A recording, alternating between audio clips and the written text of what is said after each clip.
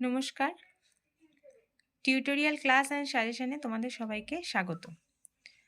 আজকে ক্লাস 7-এর ইতিহাস থেকে দ্বিতীয় অধ্যায়ের ইতিহাসে বেশ কিছু গুরুত্বপূর্ণ প্রশ্ন আমি আজকে এখানে আপলোড করব। দ্বিতীয় অধ্যায়ের বইয়ের চ্যাপ্টারটা থেকে আমি খুব ছোট ছোট কোশ্চেন আমি এখানে দিয়েছি এবং সেগুলো যদি তোমরা একটু ফলো করো আর তৈরি করে নাও তাহলে দেখবে অনেক সুবিধা হবে। আমি আজ 14খানার মতো শর্ট কোশ্চেন এখানে দিলাম।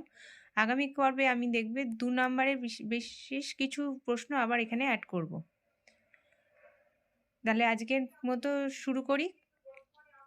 1 নম্বর প্রশ্ন, বঙ্গ নামটি উল্লেখ পাওয়া যায় ঐতরেয় আরণ্যকে। বঙ্গ নামটি উল্লেখ পাওয়া যায় ঐতরেয় আরণ্যকে। অর্থশাস্ত্রের রচয়িতাকে? অর্থশাস্ত্রের রচয়িতা কৌটিল্য। অর্থশাস্ত্রের রচয়িতা কৌটিল্য।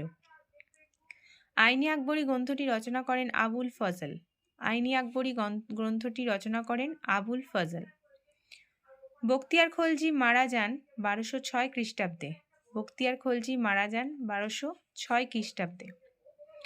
গঙ্গাই কোন্ড চোল উপাধি ছিল রাজেন্দ্র চোলে। গঙ্গাই কোন্ড চোল উপাধি ছিল রাজেন্দ্র চোলে। শশাঙ্কের মুদ্রায় ষাঁড়ের ছবি দেখা যায়। শশাঙ্কের মুদ্রায় ষাঁড়ের ছবি দেখা যায়। দন্তি দুর্গ ছিলেন রাষ্ট্রকূট বংশের রাজা। দন্তি দুর্গ ছিলেন রাষ্ট্রকূট বংশের রাজা। তরাইনের দ্বিতীয় যুদ্ধ হয় 1192 খ্রিস্টাব্দে। তরাইনের দ্বিতীয় যুদ্ধ হয় 1192 খ্রিস্টাব্দে। চোল রাজ্য প্রতিষ্ঠা করেছিলেন বিজয়ালয়। চোল রাজ্য প্রতিষ্ঠা করেছিলেন বিজয়ালয়। দিল্লিতে সুলতানি শাসন প্রতিষ্ঠা করেছিলেন কুতুবউদ্দিন আইবক।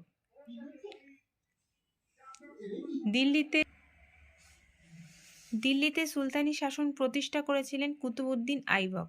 দিল্লিতে সুলতানি শাসন প্রতিষ্ঠা করেছিলেন কুতুবউদ্দিন আইবক।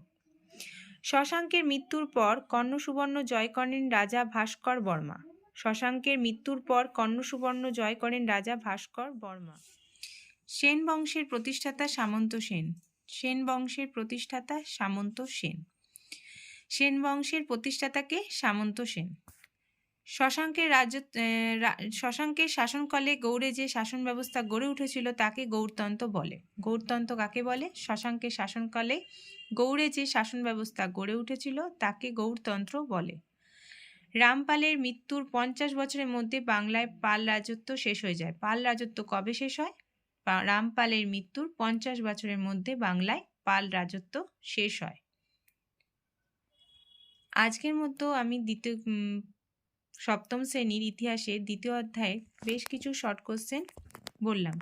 তো তোমরা বন্ধুরা এই সমস্ত যেসব শর্ট কোশ্চেন আমি এখানে বলেছি সেগুলো যদি ভালো করে আজকে ফলো করো তাহলে দেখবে অনেক সুবিধা হবে। এবং এমনকি এই যে শর্ট কোশ্চেনগুলো রয়েছে সেটা দ্বিতীয় অধ্যায় থেকে আমি ভীষণ ভাবে খুঁটিয়ে খুঁটিয়ে প্রশ্নগুলো করেছি। এছাড়াও আমি বেশ কিছু প্রশ্ন আরও পরের দিন আপলোড করব, সেগুলো তোমরা ফলো করো। কিন্তু আমি যেরকম কোশ্চেন তোমাদের দিচ্ছি তাতে দেখবে তোমাদের অনেকেরই পরীক্ষার সময় ভীষণভাবে উপকার হবে। তোমরা যারা আমার চ্যানেলটাকে এখনও সাবস্ক্রাইব করোনি বন্ধুরা, এই চ্যানেলটাকে সাবস্ক্রাইব করো আর নোটিফিকেশান তোমরা তোমাদের পেয়ে যাবে।